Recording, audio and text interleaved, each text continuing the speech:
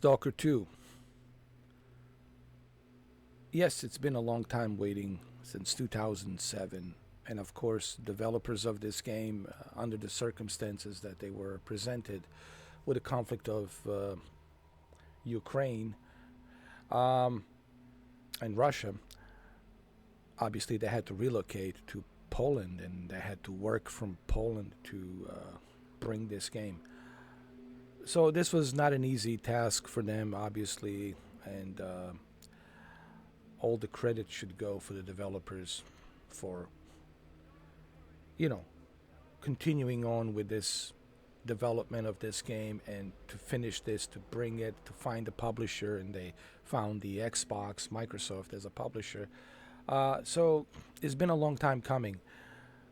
So look, credit goes to developers and what they were able to achieve under those circumstances.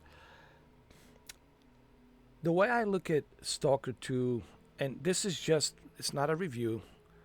What this basically is, it's my thoughts and views of this game based on what I have experienced so far.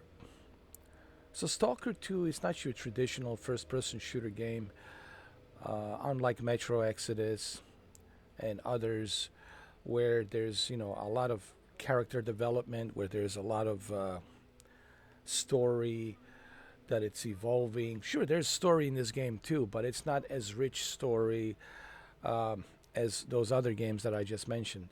What this basically is, it's a looting game. It's a exploration and looting. You explore and you loot.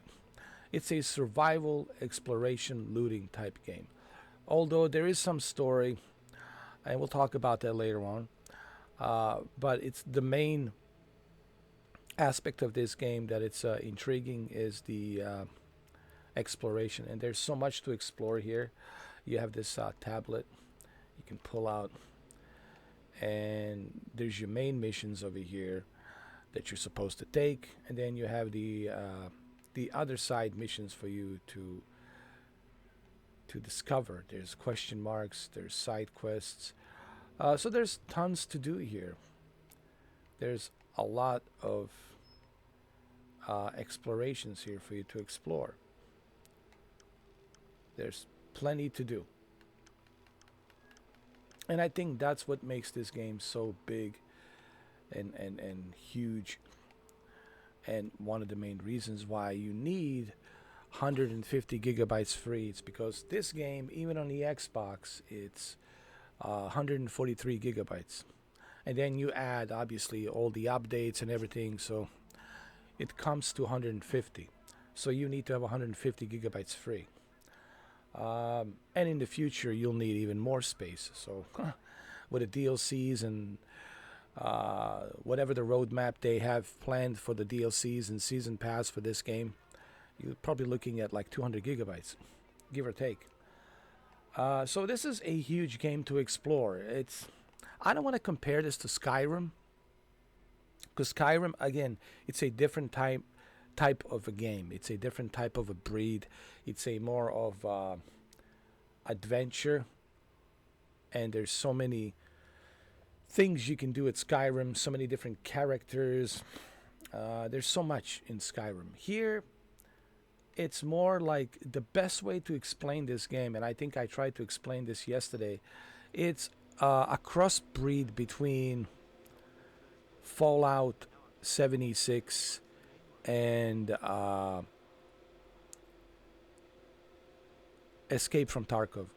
Honestly, the best way to explain this game, it's a crossbreed between Fallout 76 and Escape from Tarkov.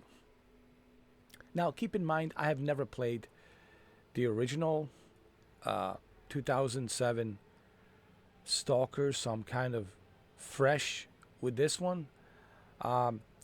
Maybe I should have done more research on this prior for me jumping into Stalker 2, because my expectations were very high for this game because of all the hype and everything.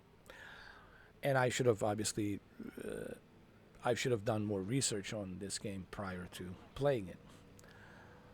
One of the things that kind of bothered me about this game, and again, this is not a deal breaker, it's just my own subjective opinion.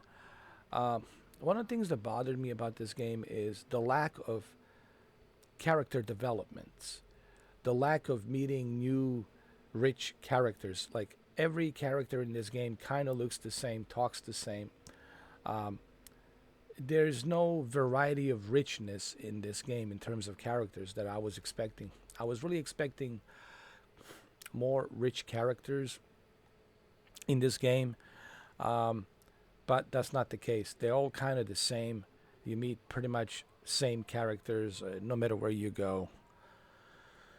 And then I'm like, well, what's the point of me discovering and going to different places if I'm just going to run into the same old male characters like this guy or the other guy over here, right? They all kind of look the same. They all have the same look. They talk the same, and they have that British accent, you know, which again, it's fine, okay, but I was expecting more of like richer characters, NPCs out there, right? Isn't that's the whole idea of Skyrim? You don't know who you're gonna meet, you know.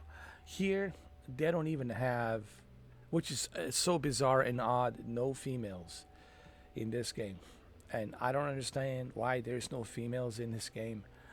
Uh, I wish that the developers would clarify what the reasoning behind that is. Like, what's the main reason for that?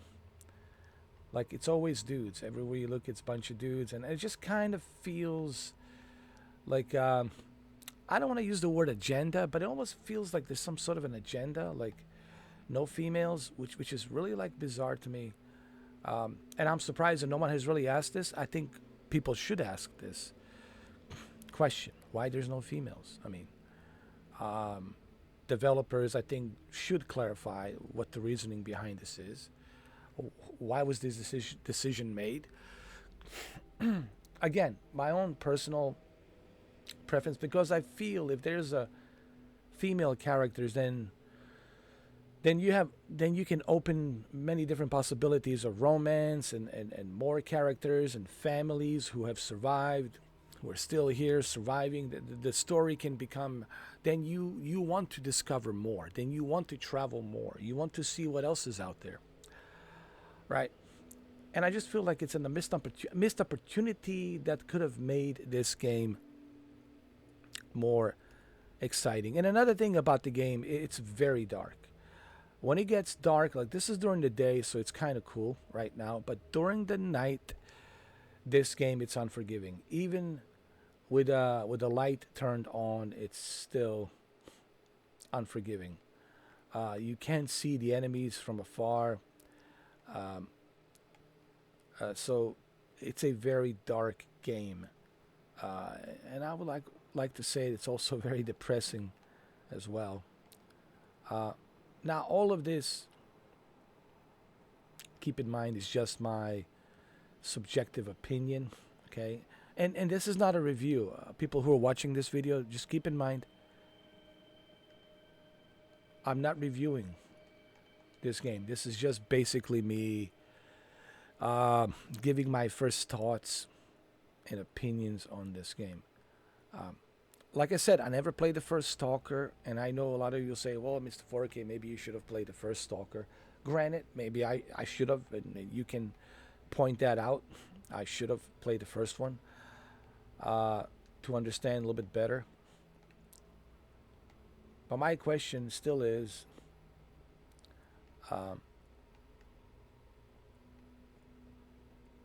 why this game, it's only limited to the bunch of dudes, and they all kind of have like the same look, the goatee.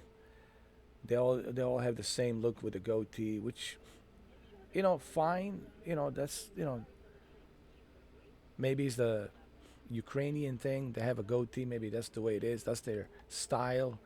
I'm not here to judge. Fine, whatever. I just feel like the characters are all kind of the same, and they look the same. They talk the same, and it just kind of becomes like very generic. It feels very generic to me, and I feel like there's a missed opportunity here. And then, of course, which I have mentioned, no females in the game kind of like bothers me a little bit, because it's like what's the like the reasoning behind this, that you're not going to put female characters in this game. I just feel it's like a missed opportunity. Now, the one thing that you will enjoy about this game, if you can overlook the boring characters and uh, the boring story, which is really not being very clear on what's really going on. All you know that there's this artifact, and you need to learn more about this artifact, but you need a scanner, and you need to learn more about how to use the scanner. And then these artifacts with scanner, and what's the connection there? I don't know. Nothing has been very clarified about your character, and why does he want to know about this scanner so much, and the artifacts. It is a science fiction game that is set in Ukraine.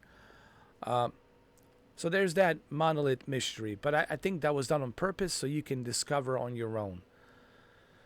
So if you can overlook the characters and the story, if you can overlook that, I think if you are the type of player who likes to discover and loot, discover, survive in these harsh environments, in this game, as you can see, it's very murky, and so we have to find shelter. We have to run away, because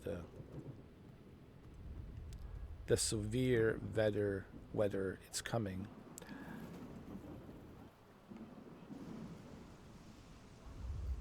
Um,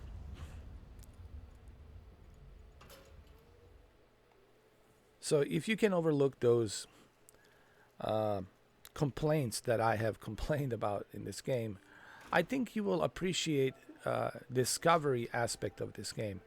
To go around and discover and uh, explore new regions, right?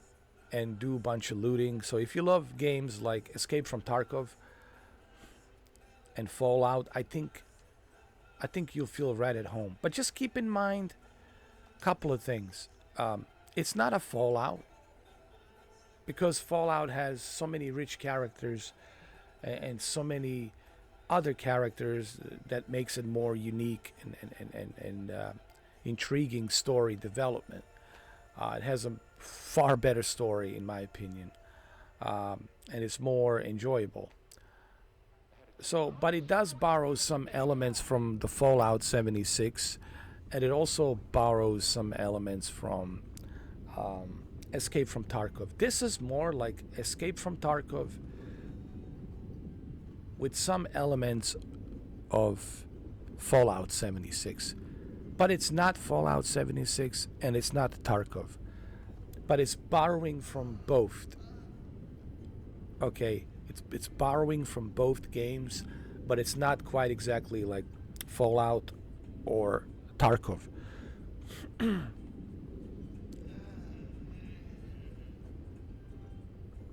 So my first impressions are, let's talk about the positives, because I had to get the negatives out of the way. So the positives are uh, the atmosphere. The atmosphere in this game is truly unique. Um, the way the tone it's set in this game, it's very depressing. It's very uneasy, and it's supposed to be that way. It's done intentionally to make you feel depressed and uneasy. You look at this weather. Look at this. It's like hell.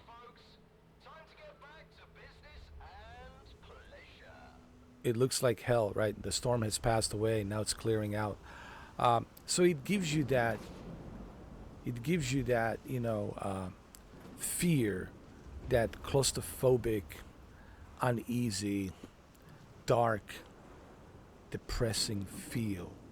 What it would look like if there was, a post-nuclear, apocalyptic, Armageddon type life afterwards, and what it would look like with all the mutants and all these other unknown elements like this sphere, right? There's a lot of unknown that we don't know. What are these spheres and where are they coming from? So there's a lot of mystery here, and I think this was done on purpose by developers to keep the mystery, to keep the whole thing going, so that way you can discover on your own. Like I said, this is a big game, and it's a big game for a reason. It's 150 gigabytes for a reason. I know at the initial download it's 143, but you still technically need 150 gigabytes free in order to download the game. Plus the updates and DLCs, you're looking at like easily 150, gigabytes. So it's a pretty large game, and I think it's a large game for a reason, because there's so much here that they have implemented in this game for us to discover and for us to enjoy.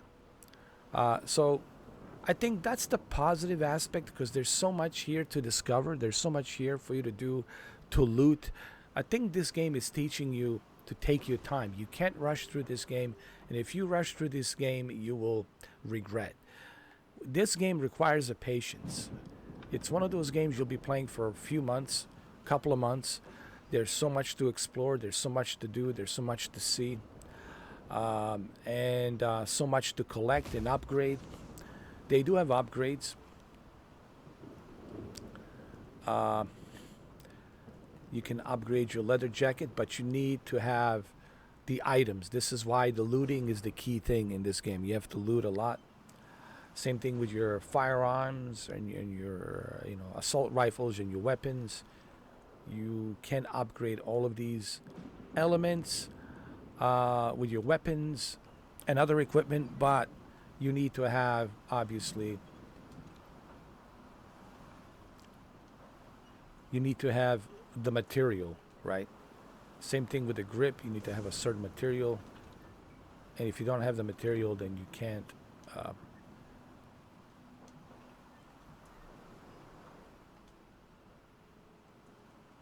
same thing here. I got the flashlight, which is good. So I think this is where a lot of you will enjoy, is if you're familiar with Escape from Tarkov, then you're going to feel right at home. There's a lot you can loot in this game, but of course you also have to be careful how much you're looting, because if you go over the capacity of what you have to look at your weight of your backpack, right? So you want to make sure that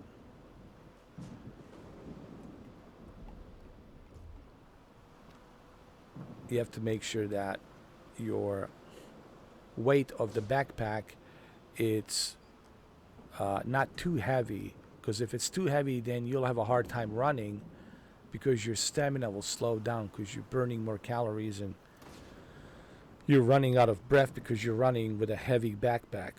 So you have to be mindful of what you collect and what you trade and what you sell. So it teaches you one major lesson, to be conservative about what you use and what you don't use, just like in Escape from Tarkov. So I think these are the positive elements of exploration. And discovery and looting, upgrading, looting, doing side missions, doing these quests, right?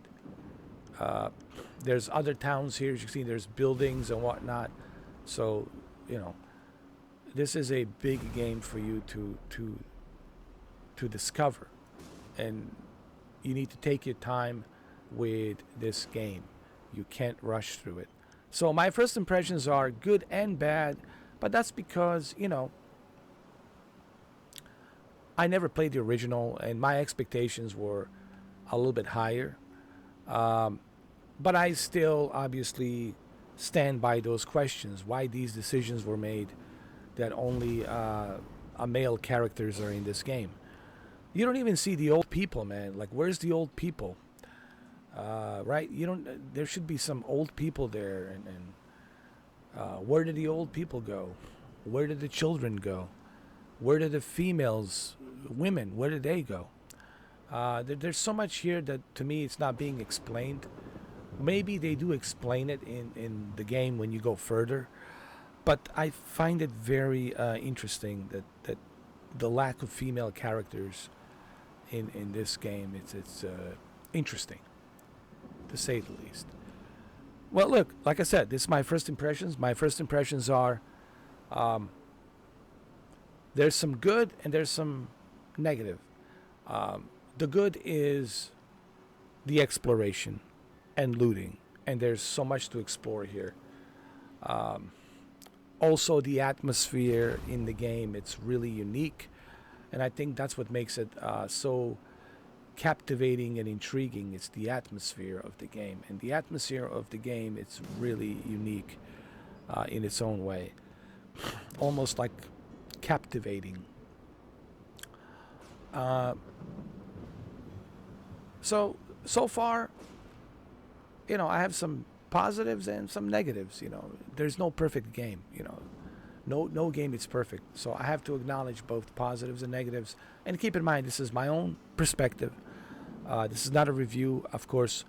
When I spend more time with this game, when I put like 160 plus hours or maybe 200 hours into this game, then I'll have a much better understanding, and I'll be able to give you guys a much better review on this game. So take your time. If you have a Game Pass, man, hey, happy holidays. Enjoy the holidays. Take your time playing this. Don't rush through it. Like I said, my first impressions are good and bad, but that's because I was expecting something much bigger from this game, and that is my fault because I should have played the first one, and I should have learned more about the first game prior to jumping into second one. So that's on me, but I still stand by those questions, of the missed opportunity. Why not include females? Where's the females? Why not have different characters? Why they all kind of look the same to make it more interesting? Why they're all speaking British with British accent? Not that it bothers me, but it's just like, hey, we're in Ukraine, there should be like a Slavic accent. So these are the questions that I'm asking developers, and maybe they will answer, maybe they won't, I don't know. But I just think it would be nice if they would explain why these decisions were made and for what reason these decisions were made. Other than that, well, this is my impressions, and I hope this gives you some inside look of Stalker 2 and how I feel about it. This is not a review, it's just my first impressions so far. I spent like 10 hours into this game. I think 10 hours, give or take 10 hours, maybe 12 hours. And after 10 to 12 hours, this is my first impressions. Thank you for watching. I know the video is long, but it's hard for me to do these videos shorter because there's so much I want to say here. Thank you for watching.